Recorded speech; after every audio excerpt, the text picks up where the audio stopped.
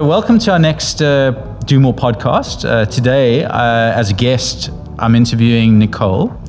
And Nicole's joined us from Cape Town. She flew in this morning, so lovely to have you here, Nicole. Lovely to be here. Yeah, and our conversation today is going to be around Do More Foundation's journey as we tiptoeing our way into climate. And but we'll get onto that in a moment. As we know, we always start the sessions with a playful check-in and a little playful check-in question. And today's question to you, Nicole, is if you had to choose to live in a very icy cold place like Antarctica or live in the desert, Namib Desert, for instance, which would you choose? Oh my goodness. Okay, and we'll come back to that at the end of our session. Don't answer the question yet. Okay, so we'll get to that just now. You know that I'm not going to be able to say anything else because all I'm going to be thinking about is where do I want to live? Okay, no, well, you can pause that for now. First of all, maybe you want to tell us what is the work that you do, and how have you come to do the work that you're doing with the Do More? Yeah, sure. So I've struggled for a long time with that question because I do so many things. And then recently I've found what I'm hoping is a catchphrase. Okay. I am a professional dot connector. Okay. And so what I mean by that is that I help organizations and individuals to figure out a path to get from where they are to where they want to be. And that can be absolutely anything. And I really thrive in helping people figure out how to get to where they need to be. How I came to work with the Do More Foundation is, I don't even remember how many years ago, but my previous role was working with Innovation Edge, and they're a social impact investor focused on early childhood development, as you know. And, we started, we connected then. And then when I left Innovation Edge and started going out on my own and doing my own thing, I started working with the Do More Foundation to support on a number of areas, as you know, which is why you asked that playful question. One of them is about embedding play within the fabric of the organization, also on advocacy. And then, as you were saying so eloquently, tiptoeing into climate. So that's going to be, as you know, my focus with the Do More Foundation this year. Yeah. And you also are part of another organization, and you're vice chair. Tell us about that. Yes. So yes, this comes to the difficulty in describing everything that I do. So I sit in a number of boards, and I'm the vice chairperson of Capita. Right. Now, Capita is a US-based organization. They are a think tank. They are non-partisan, independent, and their whole purpose is to encourage flourishing. And when they speak about flourishing, they are imagining a world in which all young children and their families are able to live lives that are purposeful, meaningful, and in which they thrive. Amazing. And which kind of takes us into the space of climate. And what do you think are the big misconceptions around climate, and how do you think we should be thinking about climate, like mitigation, adaptation, kind of strategies? You're going to pick me out on that, but in South Africa. So, yeah. So for the listeners and the viewers, the reason that I'm giggling and Warren knows that I'm going to, as he said, pick him out about that is because one of my pet peeves is jargon. And so I'm going to be challenging Warren in this conversation to try and find more simple language. Definitely. So, which actually takes me to the first point to answer your question. I think one of the biggest misconceptions comes from this language of climate change and people not really understanding what it is. The way that I've been able to get to grips with it and how I often articulate it is that we as human beings, and in fact all living things, live on this earth. Yeah. And we live in a particular environment and we live within this climate. And this climate is changing. Very simply put, it's getting hotter. So as all living organisms, we've been designed to live within a particular temperature range. The challenge right now is that the earth is getting hotter. And that, simply put, is climate change and changing climate. I think one of the biggest misconceptions is that climate change, with all of these words like adaptation, mitigation, loss and degradation, confuse people into thinking that it's this big separate additional issue to other existing issues, when in fact climate is the context in which we live. And these issues are real. Unfortunately, they're not separate. To answer the second part of your question, why it matters, and it's going to matter increasingly to the work of the Do More Foundation, is that, of course, the earth getting hotter and the impacts of that affect all people. And disproportionately affect children. So to really break things down, I'm thinking about and speaking about things like getting the weather or the temperature getting very hot. Yes. Things like lots of floods, like you've been having very recently in KZN. Things like droughts. And all of these things are going to have an impact disproportionately on young children, because young children are not just small adults. Their bodies are built differently, and they aren't able to cope as well. And I would say as well, because it's not like adults can cope that well either with extreme heat. But it's very, very difficult, and it's going to become increasingly difficult as the earth heats up for them to cope. And I mean, I could go on, but let me stop there so that we can get into aspects of it. Yeah, and I think what's going to be really challenging for Do More Foundation is the communities within which we work. So we're also working with more disadvantaged communities who are already on the back foot in terms of what they have available to them, and now having to combat things like climate issues that they're facing, right? Yeah. Is going to be quite a struggle. What I think was so amazing. So both, just for the audience's sake, both Nicole and I were invited to COP28, and I think it was an incredible opportunity to be with global leaders. And I think also just represent the work that we're doing in this country. Do you want to talk to us a little bit about what you shared at COP28 in terms of the work that, and I know you used examples of what Do More was doing. Do you want to just talk to us a little bit about that kind of experience and that kind of work that we're doing? Yeah, so one of the panels that I was fortunate to be on at COP28, in fact the first one, was looking at the role of environmental education in mitigating food waste and food loss.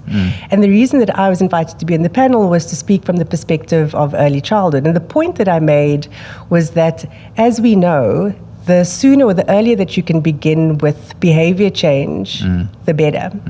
And so I made the point that in the case of young children, it's very difficult to say to a 4-month-old or a 6-month-old, listen, change your behavior, because they have people who are caring for them, those people being their parents, and of course, as they get a little bit older, going into a creche, daycare / ECD center, and then the ECD teacher becomes their sort of caretaker.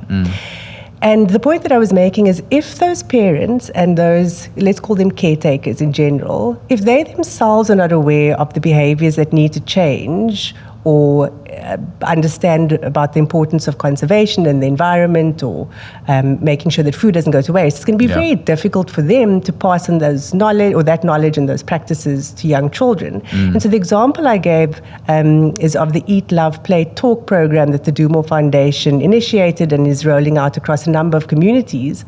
And essentially what it is a parent or caregiver nutrition program.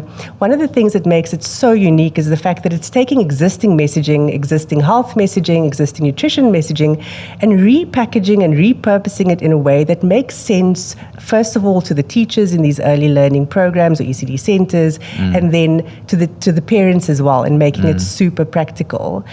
I find so often, for very good intentions, when people or organizations come up with programs, they make them overly complex and didactic. And what I mean by that, I use jargon. What I mean by that is sort of being very specific about the way something needs to be done. Yes. The difference with Eat, Love, Play, Talk is, as I already said, using existing material and leaving it open to the teacher and to the parent to be able to relay the information in a way that makes sense to them, in their context, which is so unique and so different. And so these children are learning from a really early age why good nutrition matters, without even using the language of good nutrition, or why early stimulation happens. And again, not using those words, why having conversations like we're having, but of course with parent and child, why they matter. So that was just one of the examples that I spoke about at COP28. Yeah. One of the things I loved hearing at COP28 as well is, people and children will not appreciate nature until they come to love nature, and that whole engagement with nature, and I think that was for me, it really struck a chord in terms of, it makes sense, kids that don't grow up with pets don't come to love pets, you're so right. And I mean, beyond the embedding of that appreciation early on through experiencing nature or having a pet, there's also the actual benefit of spending time in nature, the actual biological benefit to young children, their ability to build up, and it's the same with pets, to build up their immune system. Play in nature is so beneficial. Free play in nature, and what I mean by that is children deciding how to play when they're in nature is so beneficial. It helps them to figure out how to make decisions. It helps them to be less risk averse, to take chances, to explore on their own. And those are some of the things that are very unique to playing in nature. And one of the challenges of climate change, one of the challenges with things getting very hot outside and not having adequate shade, for example, naturally people would want to, caretakers, would want to keep their children inside for good reason. But we need to think about that, because then they'll be losing out on the benefits of playing outside, right? Yeah, no, absolutely.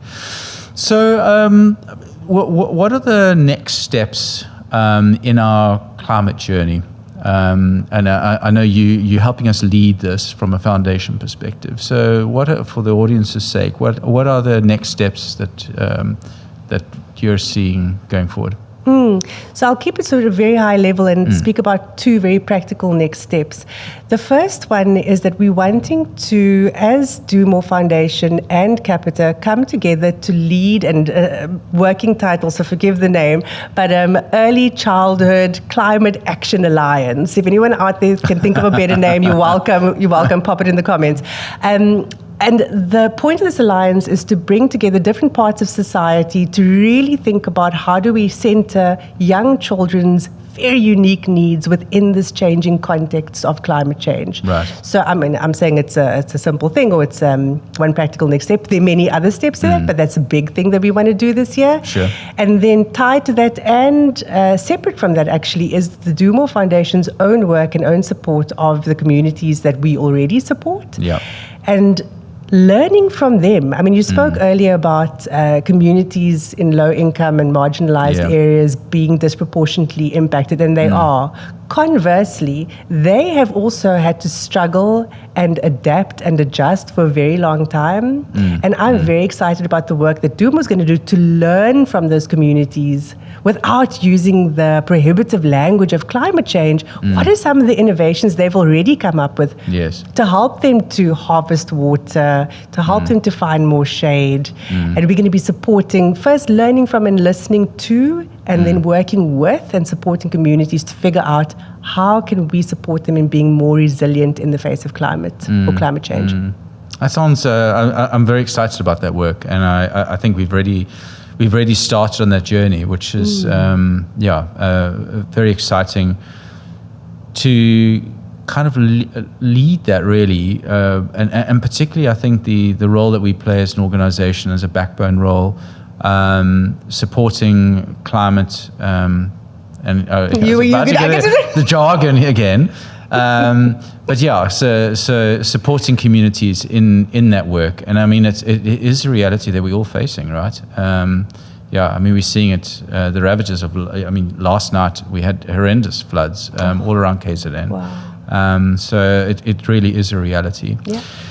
Nicole, thank you. It's amazing. Last time I saw you was at COP in Dubai, and it's lovely to see you here in Durban to answer some of the questions around our little, our journey into climate. And I'm sure we're going to have more podcasts in the future around climate specifically. But we need to get back to the original question. So, desert or the ice? The ice. Really? At the back of my mind, I've been thinking about this throughout our entire conversation. Okay, good. And the reason for the ice is because I've recently come to personally feel the impact and the positive effects of ice bathing. And so I figure if I move to an icy place, I could continue on that journey and develop my resilience. And so it really the cold wouldn't matter anymore. Need something positive. The problem is that I am a bit worried about the impacts of climate change on my cold environment. How long is it going to stay cold? Exactly. How long are you going to be able to have ice plunges? Anyway, well, thank you, Nicole. Thank you for joining me today. I hope you found it interesting. And follow our climate journey as the Do More Foundation. And I look forward to joining you in other podcasts going forward.